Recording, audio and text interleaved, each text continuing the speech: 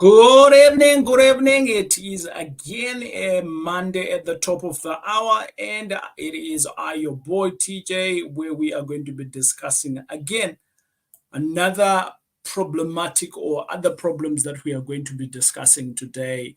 My name is TJ. It's great having you here. Let's just dive into it. We're going to discuss three questions where I'm going to help you. Yep. So you ask the questions. So I am answering around about three questions of how you can navigate your issues in your businesses, in your real estate businesses, property investing businesses. As you all know that I've been doing business for a while. And as if you know, you've been plugged on here on this channel, you already know that not only do I speak about this, but I also do it. I own a couple of property investments across the country, and I am in the specific industry of rentals. And I do rentals in the mixed use properties, and I do student accommodation, and a small little bit of Airbnb. But welcome to the channel. And on the Ask TJ show, you get to ask the questions, I get to answer them. So let's not waste time by going through to this. By the way, if you do not have any of my resources, I've got some books that I have written. And one of my books is called From Bad Debt to Property Mogul in 2 Years. This is a great resource for anyone else who's starting off, you're struggling with either with your some challenges on funding and so on. This here can tell you and can give you some guidelines of how best I got into the game. Another book is called Be the First Millionaire in Your Life, which I wrote again, yours truly. So not only do I come out live here and tell you of or talk about businesses, I also write them so that people like you who are starting off or who are scaling your property business, you can dive in and you can be able to be resourced. So we've been doing this for a while, so I'm glad that you have joined us this evening. Every Monday, we are here at 7 o'clock, whether it's raining, whether it is windy, whether it is sunshine, we are here. Let me go on to answer my first question. And the first question goes on to say, TJ, what was the name of this brother who asked me this question here? Let me just double check. Oh, we didn't get his name. Oh, problems. It doesn't matter. Okay. I don't remember whether it was a man or female. It don't matter. But brother, welcome. And the first question that they are asking here is, where do you get investors? Ooh, everybody wanna know. Where can I get some investors? We'll jump into that now. Where can I get investors? And what is the best return on investment to give? This is to the investors, that is. Okay, good. So when I started off my property journey, I want to tell you things that I have done so that you can replicate it as well if you are in the game. Or if you are seeing that this can be something that can be replicated to you. I generally do not talk about things that I don't do. So the game here is I talk about what I do and so that you can also do it if it's working for yourself. So particularly, where do I get investors? Let me start off by saying that because you're asking this question, it basically means that you're in a position where you can't actually identify the investor. So let's start by identifying an investor. An investor is someone that you can actually just partner up in a deal. Yep. Let me repeat that statement again. Anyone that you can partner up in a deal. In this case, this can be in a private deal that you're doing. You can negotiate in whichever way you're going to negotiate. And between the two of you, you can work it out. My first deal that I did, I had gone to school at the time. And within my school, I then realized that I had my special skill was I could get too many deals. And I was able to identify deals. But my biggest challenge is that at the time I was in bad debt and I couldn't get any income. So I went to my coach at the time and I said to him, do you know of anyone? I've got a deal. And he says to me, show me the deal. I showed him deal number one, number two. And he realized that I actually had a good flow of deals. He introduced me to some of his students. So the first place where you can get your investors is in a place where it's a trusted community. In this case, I was a student, the other guys were students, and my coach got us to click. And we went on to do our own business, and that is the first place. So I've given you the principle of it and the how, right? So it's in a trusted community where everybody knows exactly what's happening and deals are being spoken to every day. Then the other thing that we can talk about of where I want to leave you guys. Remember, this person has asked the question, where do you get investors? I think that's a very important one. I've just given you a framework in terms of the first framework, a trusted place or a trusted community. The other one that we can think about here is not really anything to do with a trusted community, but your own trusted community. My own mother has been an investor in my business. Yep. I've got a couple of friends that have been investors in my business. I've got a couple of previous workmates that are still some of my business partners today. And I am not the first person to have already done that. I was listening the other day to Warren Buffett on how he started off back in the 60s, I think it was. And basically, when he went back home from when he was starting off and he had gotten off his first job and he wanted to start his own business, Warren Buffett went on to look for family and friends that gave him, I think they said, around about $2 to $6 million at the time. And that's how he started off his business. So family and friends is a very important niche because they already know you. So that's the first place of where you can find investors. And that's a framework. So you know your friends, John, you know your relative, Betty. I want to put in a disclaimer here to say, I remember when I was doing this property investments right at the beginning, my mother didn't see me like one until like 3 years later in. And I was showing her what I was doing. She came for a holiday staying by me. And we went to see some of these properties. And I actually didn't know that my mom had some money. And she had some money, obviously, under the mattress. And that money was not earning anything. And she realized that she could be making some money. And she brought in a friend. And all of a sudden, I was now looking after the pension fund, right? So these things do happen. And I want to stress this is some of the places where you can find easy money. The third part is, where do you find investors? The banks are biggest investors at the moment for many people that are coming up. So I've given you two. I'm giving you the number three.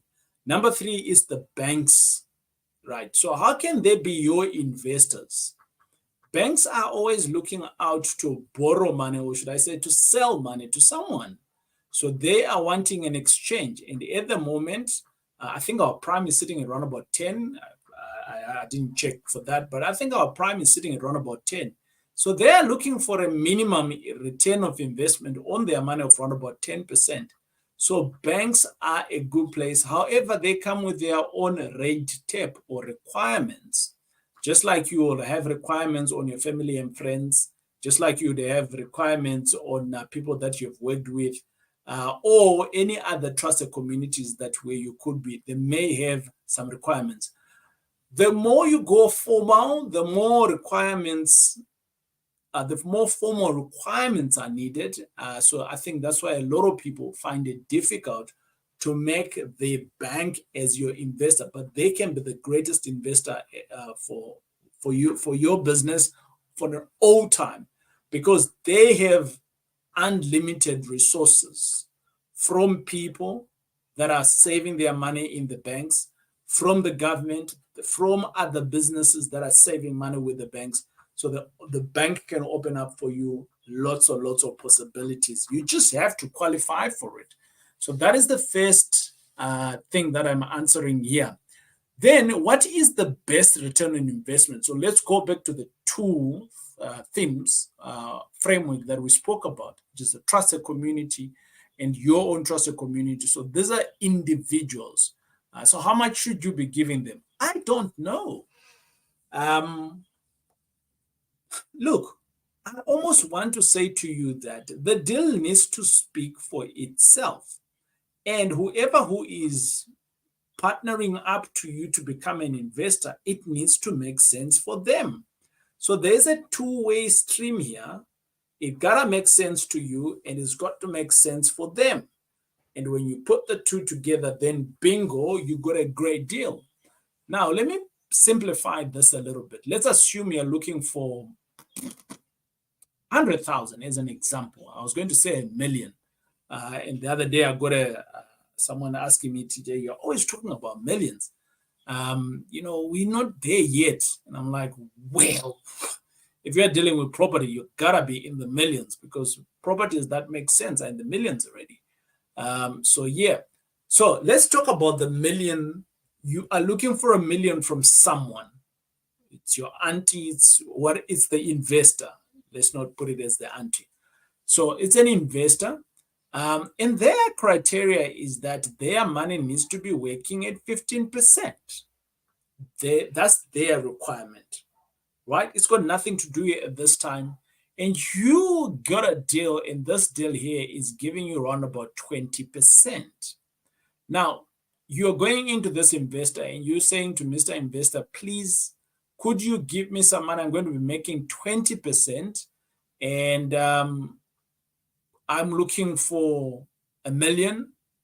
Chances are that investor is not going to go with you. The question is why? Very simple. You are making 20%. If things go wrong, they want 15%, right? So that's their requirement. So if things go wrong within your 15 to 20%, you have no cushion. And besides, if your deal is giving you 20% and your investor is looking for 15%, the difference there should be money that's sitting in your bank account, at least, right? Because then why are you doing the deal? So which basically means that 5% is going to be your money coming through to you. But now you have no cushion if things go wrong. So in a deal where you are maybe making around about 25%, 30% plus, I am happy to bring in an investor, let's say at 15%, because you got lots of comfort. You got lots of leg room here. If things go wrong, you can still be able to come back. Another thing that I also want to speak to here is that now we're talking about what is the best return on investments. You are going to dance with the investor's tune. So I've got some of my investor partners that said to me, TJ, bring us a good deal, and for as long as we get 10%, we are comfortable. Or should I say 10%, and this was when the prime rate was around about at 8%. And they'll say 10% is good for us, but we are wanting partnership on the long haul. Ooh, changes everything now, right? So they are wanting a minimum 10%, which is prime plus 2 at the time, right? And over and above that, they also wanting to participate as partnerships in the deal. So you can see that this is now maybe a little bit of a savvy investor. So he's hedging his money against the banks. So they're saying that if their money was at the bank, they would have been getting 10% anyways. But on top of that, they are going to want some partnership. If this deal is giving them, let's say 30%, if the deal is giving us 30%, basically now what they're saying is that they're going to be paid first on 10% as the lender, right, as a lending partner. And then thereafter, they also want to participate with the remaining 20% on a 10%, sort of like, right? And they also want to participate in making decisions and things like that. Is that a good deal? Depending on where you're sitting in your investment cycle or in your investing season or in your investing journey, this might be a good deal for someone and it might not be a good deal for someone else. So I have covered quite a bit in terms of where do you get investors and what are the best return that you can give. My friends, there is many things that you can do here. Come to school, learn how it gets done, get the right attorneys on board to help you, And over and above that, as and when you are doing business with other people, just be a little bit more transparent. Just be a little bit savvy, make money. They're entrusting you to make money for them or with them or alongside them. And all of this now can become an amazing business. I've got multiple business partners that I started off with when I had nothing and then just a little bit of money. And now we've built something a little bit stronger together. So our relationships have grown. So there is a little bit more that you can get over and above just exchanging the value of the deal and the money as and when the business is also growing. Bearing in mind that things will not always be great. There is a turbulence in a business. In any business, there's always going to be some turbulence. You want to partner up or you want to have an investor who can go with you, through this turbulence over the years as you guys invest together. I think I've mentioned, I have given enough on this question, but there's so many resources that you can get. Don't forget to come in the tribe. Now, if you're in the real estate business, and not if you're in the real estate business, we're always talking about real estate here. My friends at Expelo, they are always making sure that whatever that we are going to promise our investors, we are getting the right return. We then go in to actually get Expelo just to make sure that, remember, we are renting our properties, right? And when I'm renting out properties, I want to make sure that I'm getting the right returns that I foresaw, right? Yes, I foresaw, right? The returns that I was envisaging and that I had focused on my spreadsheets and my numbers, but how best can I put a protection around that? Well, I then use Expelo, my friends. I then ask Expelo to come in, and they come in, and with their numbers and my numbers, they work very well. And basically now, because Expelo, what they do is, remember what Expelo is? They are an eviction management property solution. So for that reason, what they're going to do is that anyone who's going to default on my property, they will be able to take them out swiftly and faster. And for this reason, I can continuously be able to bank my money. And for this reason, my investors also are happy. Does that make sense? Yeah, I hope it does make sense to you. Let's go on to the next question. This question here is coming from a young man called Siyabulela. Ooh, let's just call him Siyabulela Ngumede, right? Okay.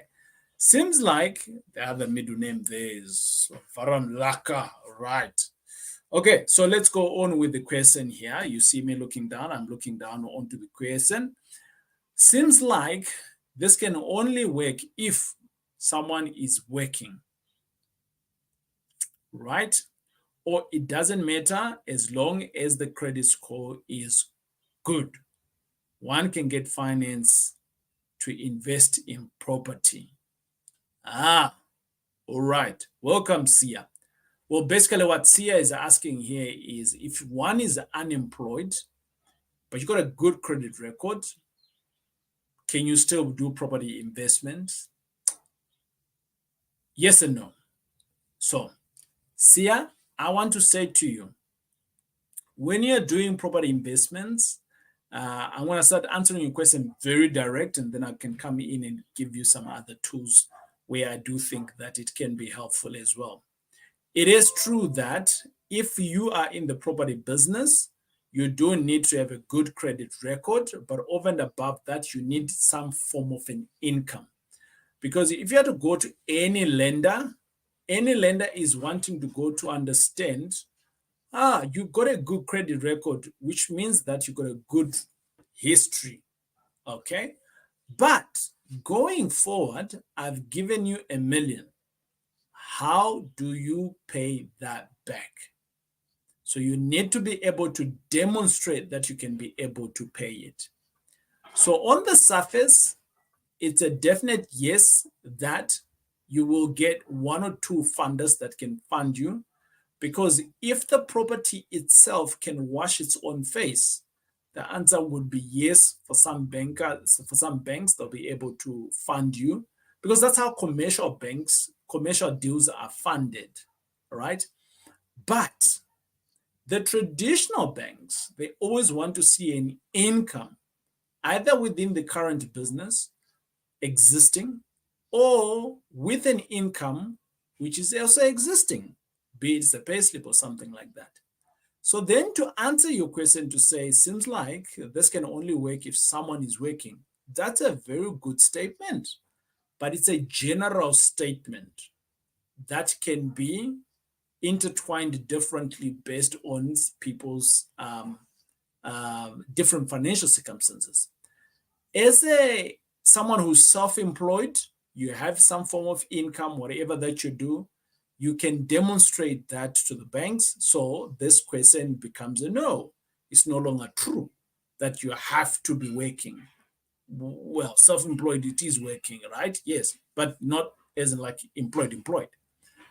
If you're running your own business and you're getting no income from that business, maybe you can start getting some income from that business. Again, you're then regarded as a self-employed, right? Now, that's the two scenarios that I can paint here. And then you go on to say, oh, doesn't it matter as long as you've got a credit record? So we've defined that credit record is good, but the banks generally want to see some kind of income that's coming through. On the income part, let me just elaborate a little bit further. If a bank, some of these strong coming up banks that are coming up now, who are looking at different lending in the commercial space, right? You are funding a deal, let's say for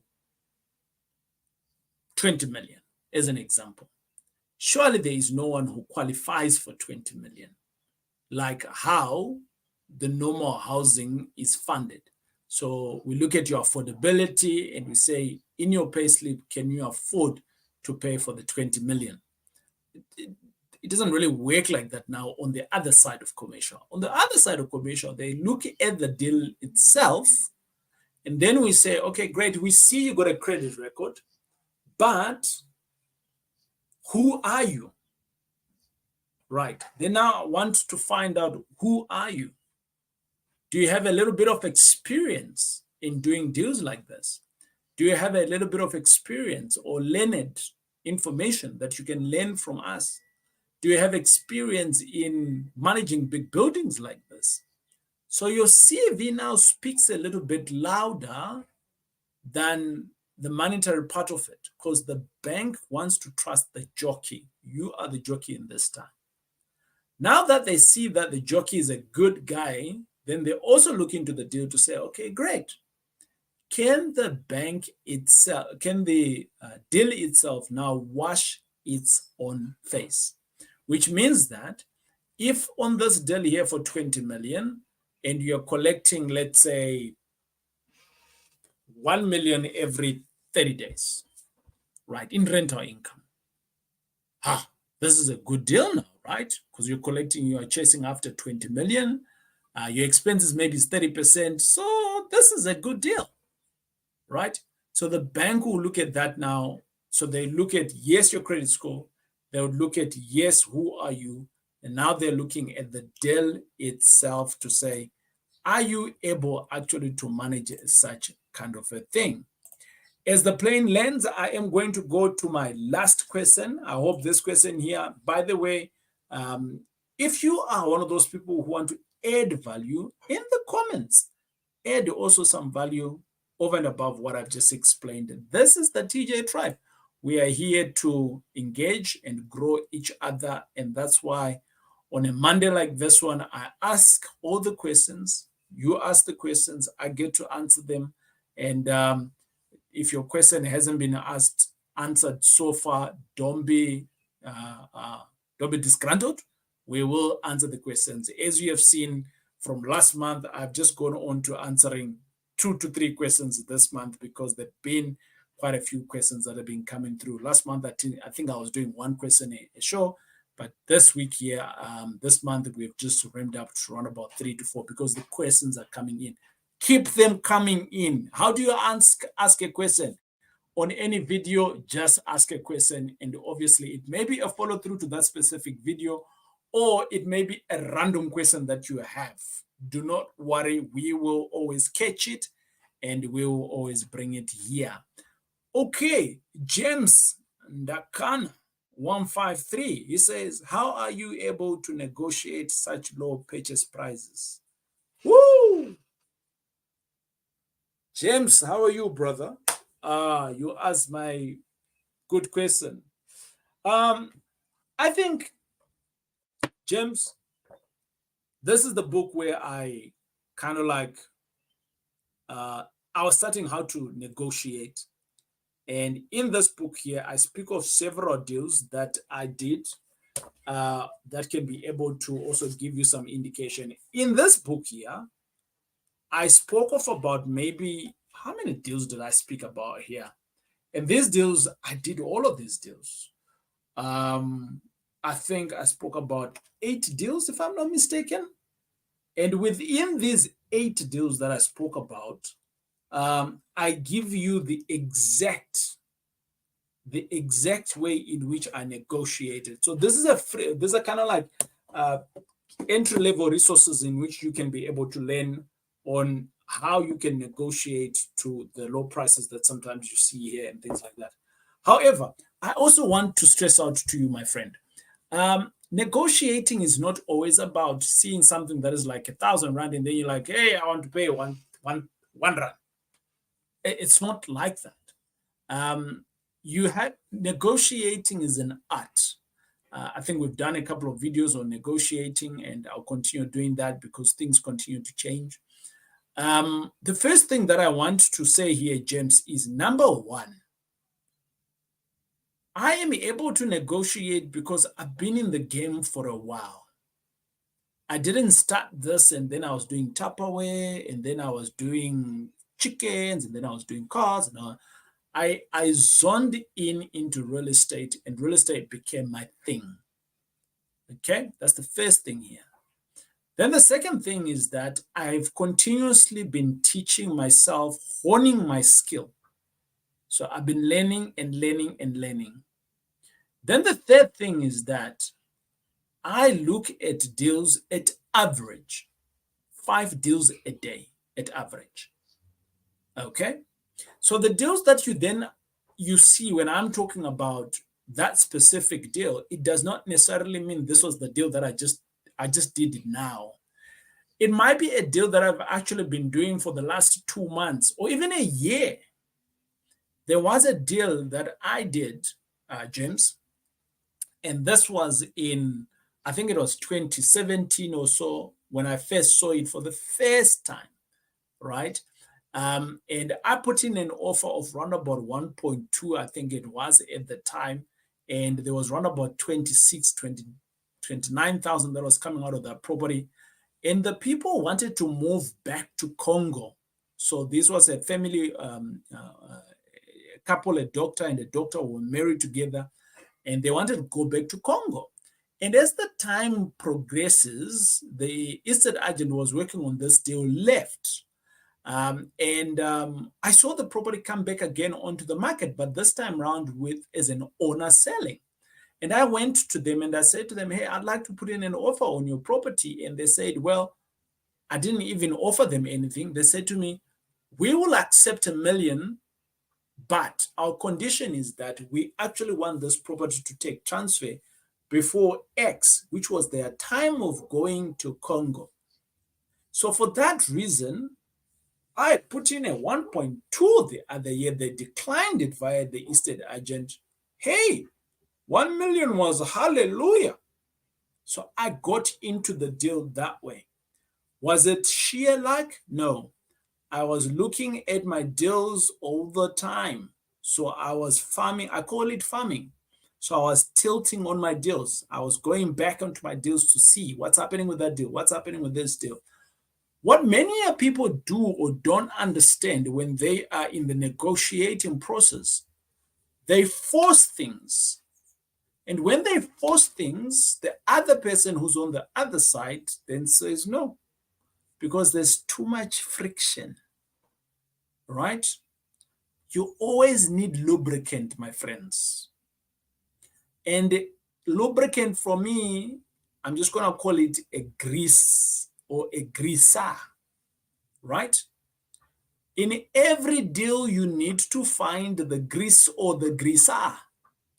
Let me say that again. In every deal, you need to find a grease or a greaser, right? Let me give you an example. An estate agent can be your greaser, someone who grease the deals for you, right? You tell them how much you are wanting to pay, and they see that, and they can see the value, and they go to the seller, and then they grease it for you. Now, if your greaser is not even in the motion with you, then you got no grease in your deal. It basically means that there's a friction on the deal. You're going to lose out. Sometimes the grease could be how the deal is being done. So sometimes you've seen me saying, I bought this property at a cheap like this, or it's perceived to be cheap. For me, I always think that I've paid fair value on all the deals that I've done. So sometimes there might be something wrong with that deal. And because there is something wrong on the deal, I'm paying a fair value. But then how am I doing the deal? Maybe I'm giving these people cash now. So that's the grease part of it. Or maybe I am taking away some of their responsibilities as the seller. Again, that is greasing the deal.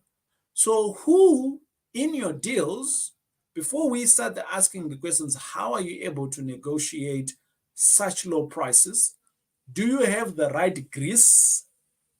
So meaning that you have the tools to negotiate. Do you even know them? If you don't know them, go to school. Or do you have the right person? So it means that do you have the right greaser to grease your deals for you? And these greasers are everywhere. You can work with them all the time. It is I, TJ. I'm hoping that today I have added some great value whilst we are talking here. And if this has been making sense to you and you want to see more of this, I applaud you, my friends. Ask the question in the comments. Over and above that, do not be shy. Do not be shy in the comments to ask any question that you want to ask. And over and above that, do not forget to subscribe. There's a red button somewhere. Yeah, that's right. Yeah, there's a red button somewhere. Anyway, wherever it is, just hit the subscribe button. Why you want to hit the subscribe button is so that me and you start having a commitment of a relationship. As I'm sharing some tips to you, you are also getting plugged in here onto the tribe. But above that, I also want you to share this information to like-minded people so that we can all grow together. Remember, you can also contribute by doing two things. As I answer the question, you can add your comments too. It's like just adding on it, right? Or as I'm answering the questions and you see something that you want to also ask, you can ask. And we will see you on the next video. It is I,